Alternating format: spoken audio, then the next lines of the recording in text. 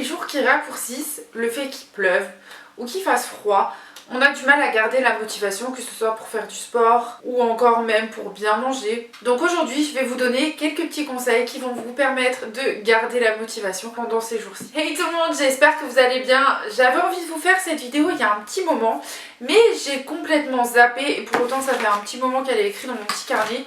Mais voilà, j'avais carrément zappé de vous faire cette vidéo et je me suis dit qu'aujourd'hui c'était le bon moment parce qu'il commence à faire de plus en plus froid. Enfin en tout cas nous ici dans le sud il fait très froid en ce moment. Et donc du coup je me suis dit que j'allais quand même vous faire cette petite vidéo. Il y aura 5 conseils aujourd'hui. Je sais pas encore s'il y aura des petits inserts vidéo ou pas. En tout cas j'espère quand même que cette vidéo va vous plaire, donc c'est parti. Le premier conseil que je pourrais vous donner c'est de préparer vos affaires la veille. Que ce soit pour faire du sport, pour aller au travail, prendre une collation, genre si vous bossez par exemple que du matin ou alors que vous êtes de journée et que vous n'avez pas envie de craquer le midi sur un truc qui est pas très bon, ce que je vous conseille c'est de préparer tout ça la veille. C'est-à-dire que si vous souhaitez embarquer un petit lunch pour aller manger, votre petite lunchbox, je vous conseille de, quand vous vous préparez à manger le soir, de vous préparer une petite, un petit peu plus, comme ça vous avez une gamelle pour le lendemain.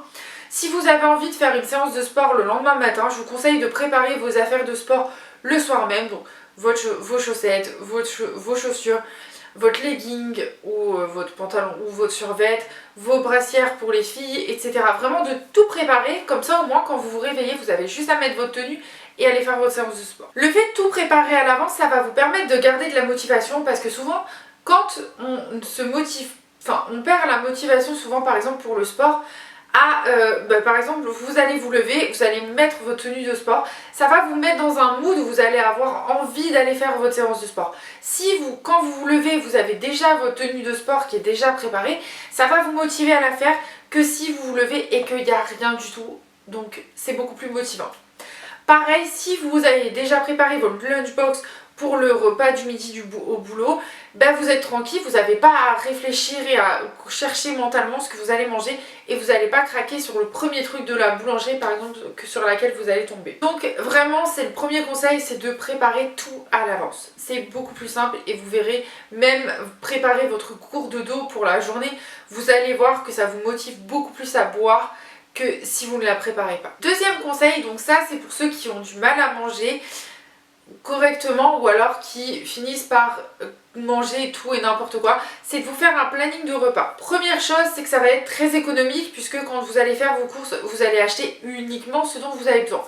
Pas de choses, vous n'allez pas faire tous les rayons, non. Quand vous allez faire votre planning de repas et que vous allez préparer votre liste de courses juste à côté, vous allez prendre uniquement ce dont vous avez besoin. Donc c'est très économique parce que vous n'allez pas racheter, si par exemple vous avez prévu de faire du riz dans la semaine et que vous en avez encore dans vos placards, vous n'allez pas racheter du riz, donc c'est très économique.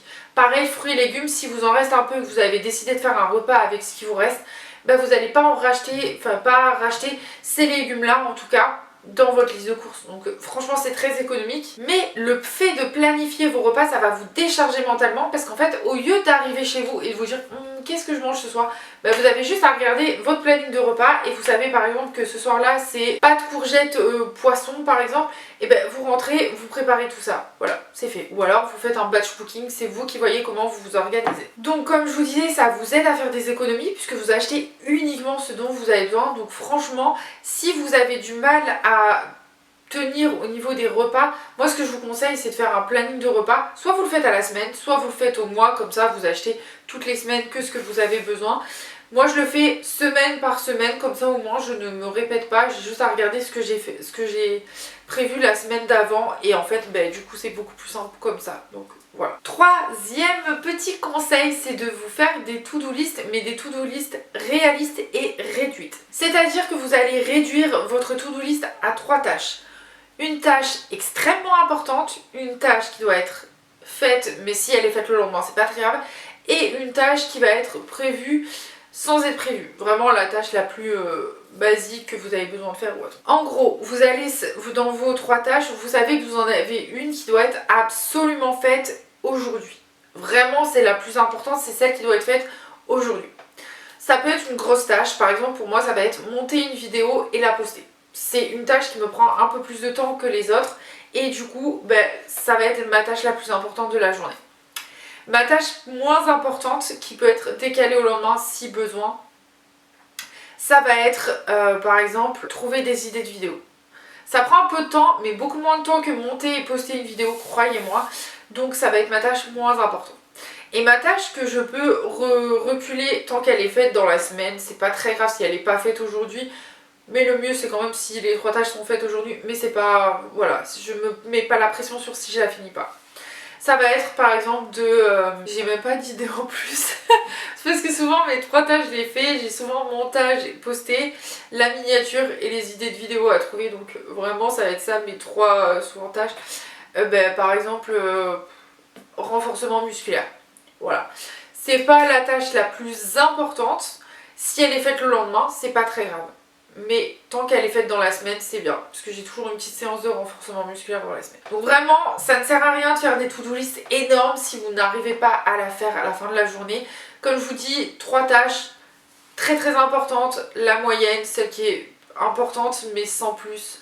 Et celle qui est la moins importante. Voilà, vraiment c'est 3 tâches.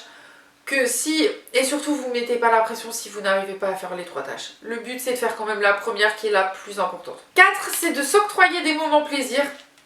Parce que oui, il faut penser à soi dans ce genre de mauvais temps. Vous pouvez, en fait, le fait de prendre soin de vous et de faire attention et d'avoir ces petits moments plaisir pour vous, ça va vous permettre aussi de garder la motivation. Ça peut être regarder 1 ou 2 épisodes de votre série préférée, ça peut être aller se balader dans un parc, ça peut être profiter du soleil, je sais pas, vraiment lire un livre, voilà, vraiment ces petits moments plaisir, ceux qui dans votre journée vous font plaisir. Ça peut même être cuisiner, je sais qu'il y en a qui adorent cuisiner. Voilà, le fait de faire ces petites choses dans votre journée, ça va vous permettre de rester motivé et surtout ça fait du bien au moral. Donc on ne laisse pas de côté ces moments plaisir.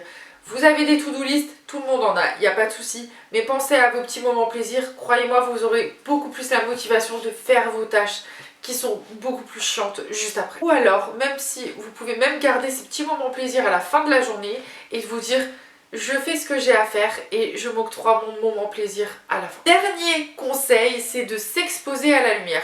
Pourquoi? Le fait de profiter un maximum de la lumière, ça va vous donner la motivation, ça va vous apporter toute cette vitamine D dont vous avez besoin, dont votre corps a besoin. Et vous allez voir, vous allez être tellement mieux après une sortie. Ça peut être une sortie d'une demi-heure ou de 15 minutes, même si vous n'avez pas le temps. Moi, je le fais parce que j'en profite aussi parce que j'ai mon chien à sortir, donc je le sors 3 fois si j'ai le temps. Sinon, selon les journées, c'est 2 fois. Mais mon copain le promène aussi.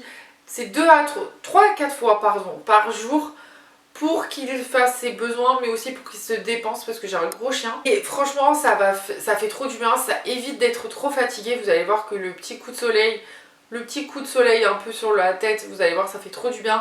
Et ça évite aussi le coup de blues, parce que nous en ce moment on a un peu de soleil aujourd'hui. On a eu une semaine de pluie énorme, et là en ce moment le soleil est revenu.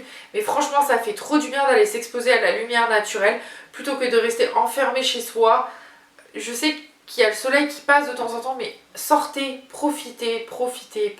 Voilà, c'était mon dernier conseil et je trouve qu'il est très très important ce conseil, donc franchement n'hésitez pas à aller profiter du soleil, vous allez voir, vous allez vous régaler. Voilà tout le monde, cette vidéo est terminée, c'est 5 petits conseils, c'est pas des gros conseils mais souvent ça aide beaucoup.